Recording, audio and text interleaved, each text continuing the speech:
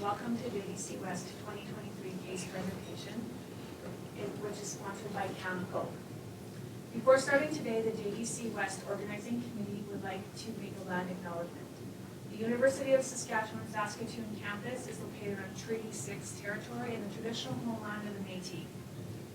We pay our respect to the First Nations and Métis ancestors of this place and reaffirm our relationship with one another. We pledge ourselves to create a competition that celebrates the diverse cultures and the history of this land. I'd like to thank you and introduce our judges. We have Aubrey, Jared, Caitlin, Susan, and Hillary. And Shelley Kay, I will be the academic moderator for this presentation. Competitors will have a maximum of 20 minutes to present. Immediately following the presentation, judges will have a total of 5 minutes to ask the presenters questions. Our academic timekeeper, Harvey, on the other side of the room, will be holding up time cues throughout the presentation and the question period. Judges will indicate their intent to ask a question by raising their hand. I, the moderator, will call on them to ask their question. Once the question period has concluded, the delegates will be escorted to leave the room. No questions or comments will be permitted from the audience at any time. Please ensure that your cell phones are turned to silent and that there's no talking amongst yourselves or signaling to the competitors throughout their presentation. Please hold the applause till after the end of the question period. You will free to begin your presentation. I just wanted to quickly do a land acknowledgement, just to say we are situated on Treaty 6 territory and the homeland of the Métis. So, good morning everyone. My name is Rachel and I am joined by my colleagues Lauren and Autumn, and together we form Fresh View Consulting, and today we're here to give you a fresh view. So, I just want to start off by telling you a story. So growing up, I will admit, I had a very privileged lifestyle. I had opportunities provided to me by my family, but unfortunately, that's not the case for everyone. One of my really close friends in high school didn't have that same household.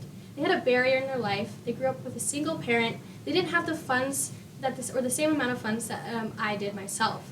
In high school specifically, everyone came around the time in grade 12 looking to apply to colleges, universities, and unfortunately for them, they didn't believe this was an option for them. They just didn't have the necessary resources to do this. Thankfully, your organization is providing these opportunities and these resources for individuals facing different barriers, such as my friend, to get these opportunities and to get their life back to where they want it to be. A barrier doesn't mean that you shouldn't be able to provide yourself a sustainable life and create a better impact on your community yourself. And that's why we're so happy to talk to your organization today on how we can help you better that community as well. Looking at your organization, so currently you are coming out of that pandemic. In the industry, prices of vehicles are deflating, which is impacting your revenue sources. You are heavily relying on your revenue sources coming from those vehicle sales, and that is something we need to mitigate in the future. There's also a lack of brand awareness due to limited marketing. So during the pandemic, again, you were heavily relying on those car sales just because of the high prices. However, coming out of it, those prices declining, you do need to increase your marketing efforts, not just to support your mission and spread the awareness and reduce those barriers and stigma surrounding your organizations, but also just to make sure that you are able to create sustainable funding and partnerships for long-term sustainability and growth for your organization. And this will be done through your two strategies for you today. Our first one we call Repair the Funds, to create that sustainable revenue stream that we'll be using a sustainable revenue framework for. The second strategy we like to call Steer the Impact. This is to increase your brand awareness of your mission and your community network. So provide that community network not just for your organization, but for the youth participating in your programs. This will take you to a future state by obtaining that sustainable revenue model for long-term sustainability to allow you to create continuous programs and services and build that better community for all individuals involved. So the primary problem that we're addressing today is how can the shop create a strategic plan in order to generate sustainable revenue streams as well as stay focused on your mission in order to build that better community going forward. Now I'm going to take a deep dive analysis into your organization using what we call the charity stool framework. So imagine a stool, you have your seat and you have your 4 legs supporting it. If one of the legs isn't as strong, it's shorter, it's weak, you're going to wobble, and that's just not good for sustainable long-term use. So applying this to your organization, we have your mission and vision, the overarching strategy as the seed, and then these 4 pillars that help support it, being money, programs and services, governance, and people. So looking directly at your organization, your mission and vision is to provide support and training for teens with life barriers, giving them value, technical experience, and then helping them gain employment in the future. And we believe that is such an important mission and vision that we want to support using these 4 pillars. Now looking at your organization specifically, we graded your money pillar a B-. This is just due to the fact that you are currently heavily reliant on just that one revenue source, and that isn't sustainable in the long term. Programs and services, we gave an A, as we believe they are so valuable and you're able to provide for around 75 individuals currently. Governance, we also gave an A, as you do have strong leaders leading your organization that really care about the cause. And then B+, or people, we gave a B+ for your grading. And this was just given because you have the opportunity to reach more people and get a community more involved with this, your organization. So now I've done a deep dive into your organization, it's time to start strategizing with our first one, repair the funds. So first off, you do need those funds in order to grow and provide your programs and services, and Lauren's going to talk about how to do that for you. Thank you, Rachel. Let's take a look at strategy number 1, repairing the funds here. We've outlined one major goal for your organization today is to find that strategic partnership to build a sustainable revenue source going forward in your organization. Prior to the pandemic, you did have a very diverse pool of revenue that was coming in. You had 33.3% in 3 different categories of revenue coming in. But with the pandemic and the car sales rising a little bit after the pandemic and kind of during it there, you did rely solely on those car sales, as Rachel mentioned earlier. And the impact of this is that you've mentioned to us here is that if you don't kind of change what you're doing a little bit and finding more revenue sources, is that you will be running a deficit in the next 2 years. And the key takeaway to this is that your shop must build a sustainable revenue source to better the community, providing those valuable programs and services, and continue with your mission and vision. So our recommendation for you is a sustainable revenue framework. We're going to be looking at this framework to decide what we'll be recommending for you. Within the sustainable revenue framework, there's 4 pillars. There's philanthropy, memberships, monetization of products and services, and government grants. And within these, you are doing monetization of products and services of those car sales very well. You're getting most of your revenue from that. You need to diversify your revenue sources. You can't have all your eggs in one basket to be sustainable for the long term. This is why you're going to need to increase your philanthropy and grants. You do have them a little bit, but they're not to the percentage that your organization needs to be at to be an even revenue stream. And within philanthropy and grants, you're also going to be looking at a sustainable partnership. And how your organization is going to execute this is that you're going to be approaching potential sponsorships and partnerships via phone calls. You want to create that personal connection right off the hop. You can't expect them to email a person in an organization, expect them to answer it right away. You need to be able to do phone calls, personal meetings, and then once you establish that relationship, email them with further explanations, strategic plan, contracts, meeting dates. And within a partnership, you should be looking for 3 major characteristics. You must have vision alignment with your own mission and vision. They need to have the resources to be able to obviously give you funds or products that you'll be using for your programs, and preferably in the mechanical or technical field. This kind of just aligns with having the resources to provide to you and your organization. Within this partnership, we do want to establish at least one partnership for a 3-year term, giving you $100,000 each year for 3 years. Now this number is based off of your revenue stream of $300,000 that you mentioned to us, and this kind of makes sure that you have an even stream of donations, grants, and monetization of your products and services. Now you may be wondering what the partnership would entail. What would that organization be getting from you? They have to benefit somehow, some way, and most times when your organization partners with an outside company, they're wanting to look to make money. Ultimately, they want to create funds for themselves, they want to increase their customer base. And with this, they will be able to.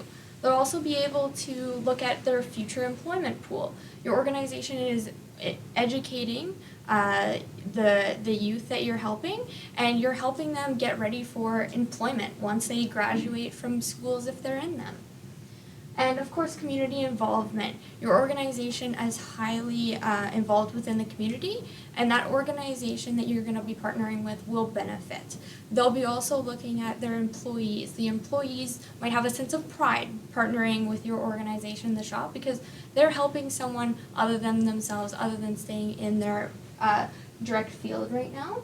And awareness. You're bringing in a new market, whether that be like an auto body shop or an insurance, anywhere in Toronto or in Ontario that has an organization that would potentially fit into those characteristics that I mentioned before.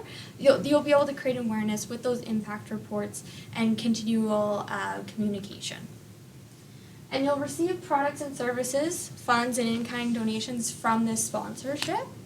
And as I've mentioned, that if you're partnering with an auto body mechanic shop in Ontario, then you will be able to, they will be able to provide products and services, kind of repairs, tools that you most likely wouldn't have to spend as much money on if they're able to supply that along with funds. And you're also going to research and apply for additional grants. This is where the diversity pool comes into play. There is a specific program, it's called the Youth Collective Impact Program.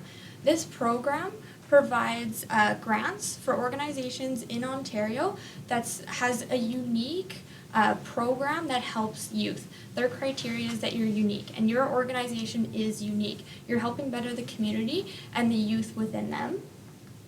Along with, you're going to increase your philanthropy funding and use potentially you're going to be using a tap to donate at your future events.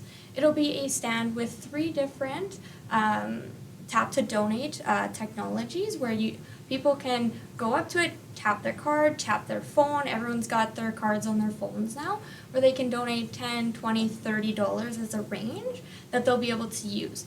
There's a statistic that says that people are 4 times more likely to donate with tap to donate rather than cash donations due to its efficiency. Right out of the pandemic, a lot of people don't have cash on them most times, and this creates that ease and effect to get more donations.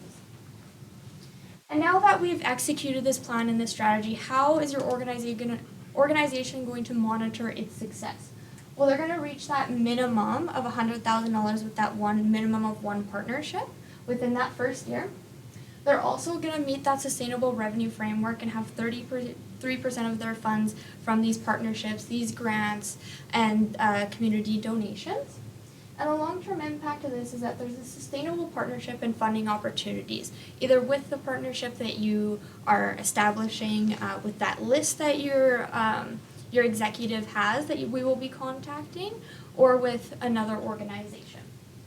And now that we have the funds to continue this organization, how is your organization going to improve its reach, which Autumn will be discussing with you today? Thank you so much, Lauren. So now that you have the funds, how can you use these funds to increase your awareness and overall help your organization build a sustainable foundation for the future? The goal that we have established for you today is to raise awareness, to attract donors, and build a better community. So first of all, your organization wants to invest more into digital platforms. Up until now, you've mostly been using traditional ways to market your organization, and you only have 42 Instagram followers, so we would like to see that increase. During the pandemic, there was a limited marketing efforts because the surge of the demand for used vehicles was so high, so you actually didn't really need to use much marketing.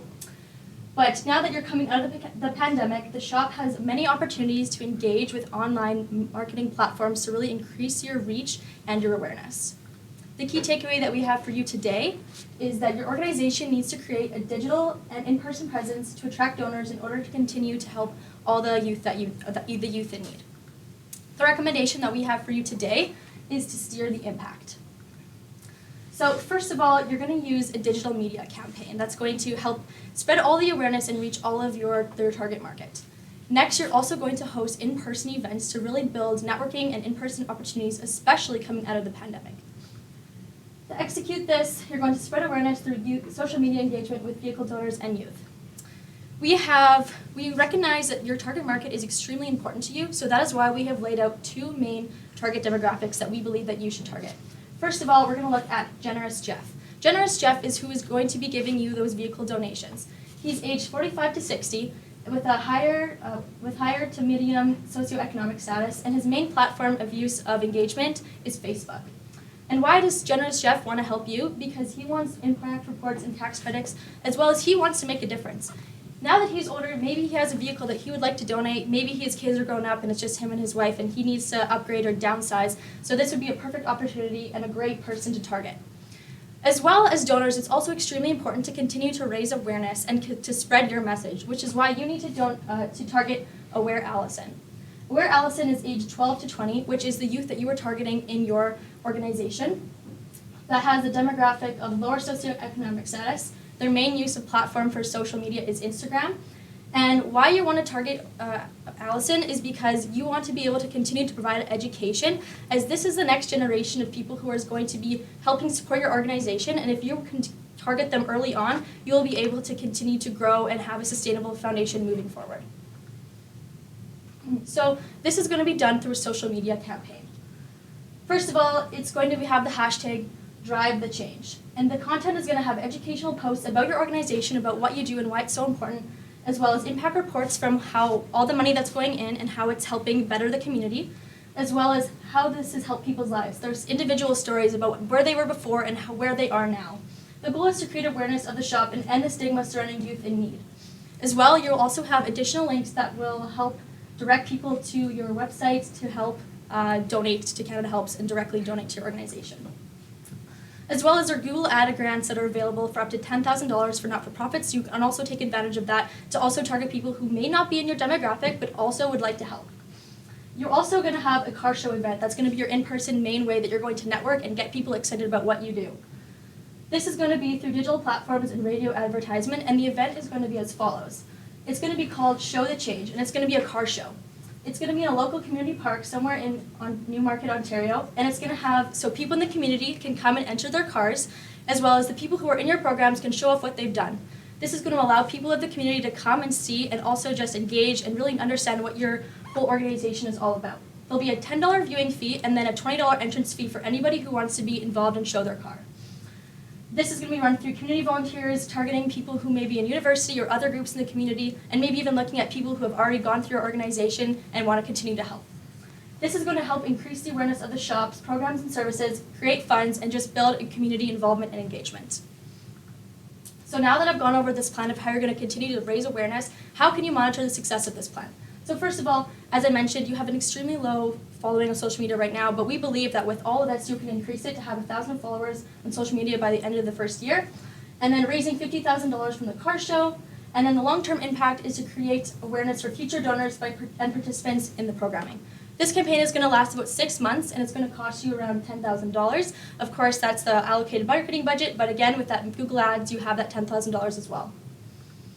So now, I'm going to go through the timeline of when this is all going to be taking place. So right off the bat, in July, right when this strategic plan is beginning, you're going to start and move to going to those new digital marketing ways and getting a good hand on that. Next, you're going to have your partnership agreement in October. Then you're going to really start the Drive the Change campaign in January, just so you have a lot of time, because you're going to be having your car show in April of 2024. That's going to cost $7,000. And at the end of the year, at the end of this whole plan, in June 2024, you're going to review and see what worked and what didn't, and how you can continue to make your organization the best that it possibly can be moving forward. So just a look at the financial impact. This is all the revenue that you're going to be getting from your partnership, your car show, and your grant, as well as all of the expenses that you'll be having. It's going to give you a net contribution of $1,904,000. That's going to allow you to do so much more of what you already do so well. Now, with that being said, I'd like to call on Rachel, who's going to go over the risks and mitigations for your organization today. Thank you so much, Otto. So as you stated, I will be going over some risks and mitigations. With every great strategy or plan, there are some potential risks, However, we thought ahead and have come up with some solutions to either mitigate them from happening at all, or if they do, just to alleviate those consequences. Looking at our first strategy, repair the funds, there is a potential that maybe we don't meet the criteria for the desired grants that we'd like, or the deadlines have passed. So mitigations for this, if we aren't meeting all the criteria and you're struggling to find different grant opportunities, there's an opportunity to reach out to your community, consult with an advisory board. And last, if that isn't as helpful as you would like, there is an opportunity to hire a grant writer in your organization who the sole purpose would be to find grants. Our second strategy, steer the impact. So there's a potential loyal donors, so people who are used to your traditional ways of marketing struggle with this transition to digital marketing. So maybe it's your grandpa who doesn't have Facebook. So a mitigation for this is to use platforms that are accessible to all demographics. So as Autumn said, with the Google Ad Grant, though, that is $10,000 per year of digital advertisements, so just Google searches, you'd be able to pop up on there, and that is something that everyone uses, is the internet in general, as well as keeping your traditional communication methods, such as sending them newsletters, sending them emails, however they usually communicate with them directly. Make sure you keep that engaged as well going forward. And just to summarize some key performance indicators, you stated that you would like keeping 3 months' expenses in your cash reserve, so that's $63,000. Raising $100,000 in value in your partnerships, whether that is funding or resources or services provided, as well as engaging with at least 1,000 people online and having 5,000 engaged in your in-person event as well. So what have we done for you here today? Currently, you are struggling in creating a strategic plan to create sustainable revenue as well as creating awareness online.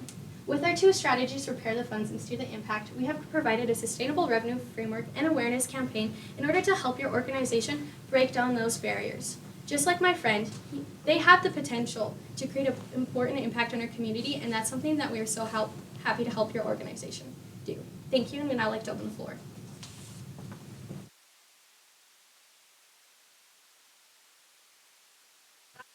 Great presentation, thank you for that, but it is quite labor.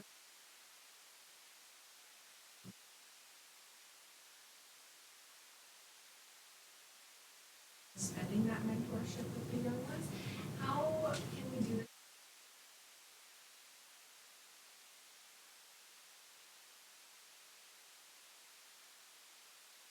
That's a really great question.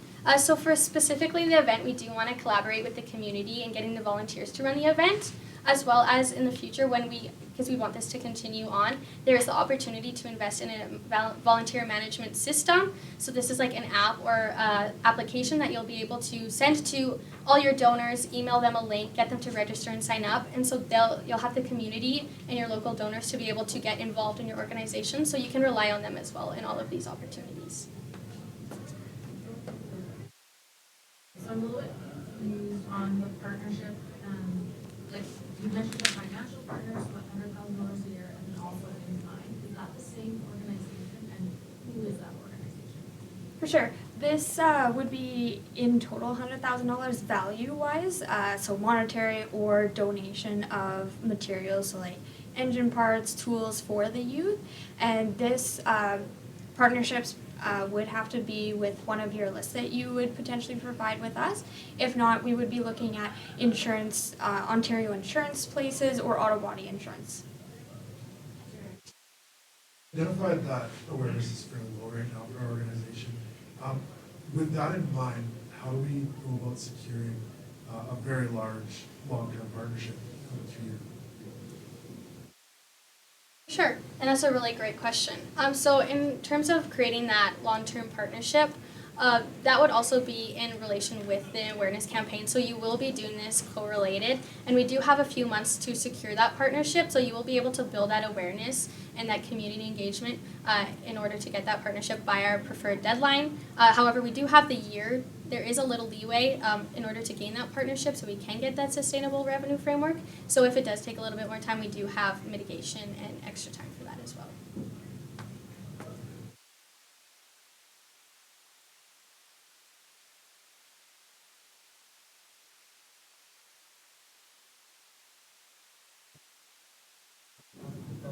How are we marketing this event and how do you get that? For sure. So with the use of the campaign, it's really going to drive people to come. We know that people love to show off their cars as well as getting involved with the community, so this is a great way for the youth to be involved. But by having this social media starting early on, you're really going to be able to really build up and use your audience and see what they like. So just by continuing to market this early on and really trying to figure out exactly how you're going to get people who like cars to come in and just to target and get everyone involved in the community. And just to add on to that, again, creating that communication with your current donor base, as well as we are using traditional methods such as radio advertisements for the specific event to reach more people as well.